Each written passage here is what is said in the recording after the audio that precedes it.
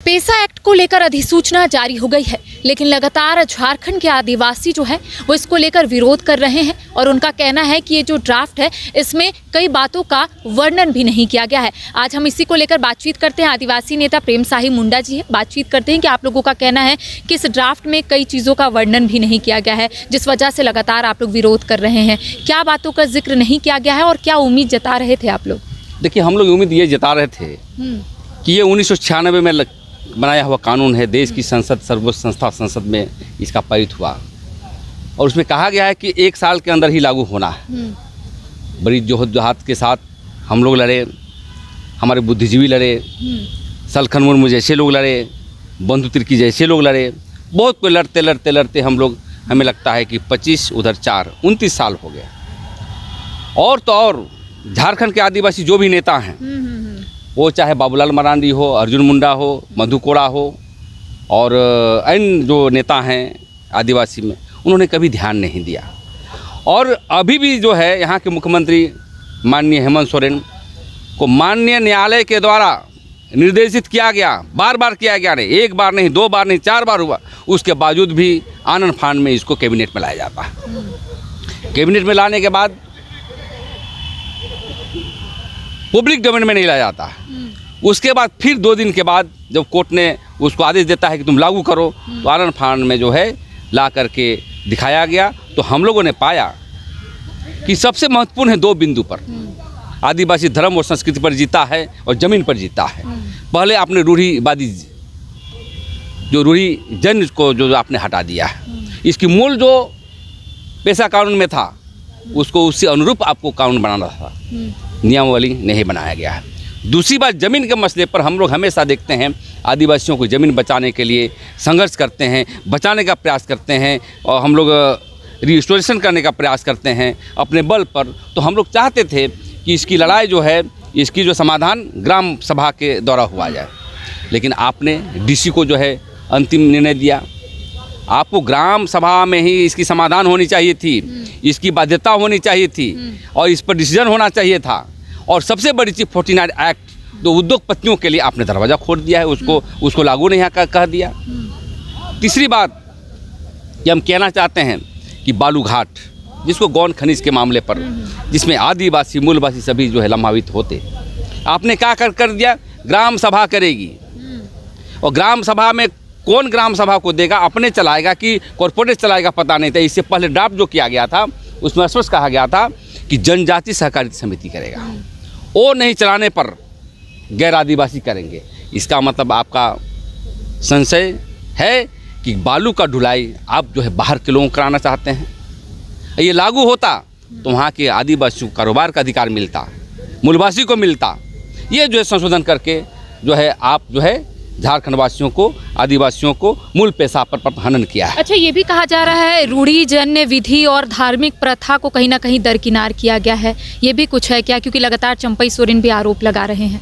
हाँ, बिल्कुल बिल्कुल। इसका मूल भावना में जो रूढ़िजन, जो उसका मूल बेस है आदिवासियों का, धर्म संस्कृति, ग्राम प्रधान कौन बनेगा, ग्राम सभा के कौन चलाएंगे, उसको इन्होंने संशोधन करके एक राजनीति के तौर पर, आज तो वहाँ तो सब बनेंगे, मुसलमान भी ग्राम प्रधान बनेगा, सब बनेगा, और लोग भी बनेंगे, जो रूढ़िवादी परंपरा का नहीं रहते वो भी बनेंगे। तो इस तरह का भी बातें हैं। इस पर जो है जानबूझ करके राजनीतिक खेल किया है और ये वोट की राजनीति ये किया है।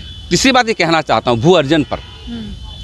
जैसे यहाँ पर भूमि अधिग्रहण कानून, कभी भी यहाँ सोना निकला या तो कोयला निकला, जब जनजातीय क्षेत्र में आप देखेंगे कि इसको जब अधिग्रहण करेगा तो उसमें भूमि अधिग्रहण कानून 2013 पहले के ड्राफ्ट में था, उसको भी हटाया गया है। इसका मतलब कहीं ना कहीं आप जो कॉर्पोरेट घरानों के लिए करना चाहते हैं। हमारा विरोध इसलिए है कि मूल जो इसकी सिद्धांत है, मूल जो कानून है पेशा कानून 1996 का, उसके अनुरूप बनना चाहिए था। 243M के तहत, भाग 9 के तहत संवैधानिक सम्मत है, उसके आधार पर बनना चाहिए, तो नहीं बना। इसलिए हम लोग इसका विरोध प्रदर्शन के लिए आज बुद्धिजीवियों से बैठे थे और आने वाला समय में इसकी प्रतियां को जलाएंगे और विरोध प्रदर्शन करेंगे। और हमारा विरोध करना ही हमारा उद्देश्य नहीं है, हमारा उद्देश्य है सरकार सही तरह से चलना चाहिए। और हमारी परिकल्पना था, राजीव गांधी का परिकल्पना था कि ग्राम सभा में इसकी काम हो, मतलब न लोकसभा न राज्यसभा, सबसे बड़ा ग्राम सभा। लेकिन दादा, आप ही लोगों से तो सुझाव मांगा गया था कि ड्राफ्ट किस तरह रहना चाहिए, तो सरकार की तरफ से तो कहा जा रहा है कि सुझाव तो हमने लिया, समाज के अगुवाओं, हमने जो सुझाव दिया था वो तो सही दिया था। हाँ। लेकिन जब पब्लिक डोमेन में लाते हैं तो उसको हटाया जाता है, तो कौन हटाया इसके लिए? सरकार हटाई होगी, यहाँ के अफसर हटाया होगा। तो हमारा यही तो ये है, जो हमने सुझाव दिया था, हम लोगों ने दिया था, वो सही था, आपने हटा क्यों दिया? तो मैंने कहने का मतलब पुनः जो है उसको लागू किया जाए, विधानसभा सत्र में लाया जाए, अन्यथा इसका पुरजोर विरोध झेलने को पड़ेगा और हम लोग विरोध करेंगे। हम लोग पढ़े लिखे लोग हैं और सरकार सही तरह से नहीं चल रही है, आदिवासी विरोधी काम होगा तो हमेशा विरोध प्रदर्शन होगा और प्रतिवाद हमेशा करते रहेंगे। अच्छा, और स्टेट का आप लोगों ने देखा क्या ड्राफ्ट? अगर उड़ीसा की बात करेंगे या फिर अन्य राज्यों की, तो वहाँ का देखा और यहाँ पर देखे आप लोग, क्या अंतर लगा? देखिए, सबसे अच्छा हम लोगों ने देखा छत्तीसगढ़ का बना हुआ है, लेकिन उसको भी ग्राम सभा का जो है संशोधन कर दिया बाद में, उसको हसदेव जमीन चाहिए इसलिए। तो हमें डर लग रहा है, ये ऐसा बनाया गया है कि कभी भी सरकार इसको संशोधन कर सकती है, और इसीलिए हमको डर लग रहा है कि यदि पहले जो ड्राफ्ट दिया गया था हमारे बुद्धिजीवियों के द्वारा, तो हम समझते हैं वो सही होता, लेकिन उसको संशोधन करके जो रद्द कर दिया गया है, तो इसलिए पुनर्विचार विचार करते हुए जो छुटे हुए रूढ़ी जैन हुआ, जमीन के मसले पर है, भू अर्जन के मसले पर, गौण खनिज के मसले पर सभी को लागू करें, और तभी जो है हम लोग बहुत सारा मामले हैं इसमें शराब का जो है बिक्री के लिए खुला छूट दे दिया गया है, बाजार प्रबंधन के लिए है उसकी डिफाइन नहीं किया गया है, लोन लेने का डिफाइन नहीं किया गया है। कल तो यही लोग बोलेगा कि आपकी संविधान में लिखा हुआ नहीं है। तो हम लोग चाहते हैं कि जो भी बिंदुएं हैं स्पष्ट लिखी जानी चाहिए, ताकि ग्राम सभा का सही सशक्त, जो हम लोग स्वशासन की बात करते हैं, आदिवासी स्वशासन की बात करते हैं, तभी लागू होगा। इसलिए बिल्कुल ही ये धूल झोंकने वाला काम है और यहाँ कॉरपोरेट घरानों के लिए काम हो रहा है, और सरकार अपने नियंत्रण में रखना चाहती है पेशा कानून को, और ग्राम को कोई पावर नहीं मिलेगा।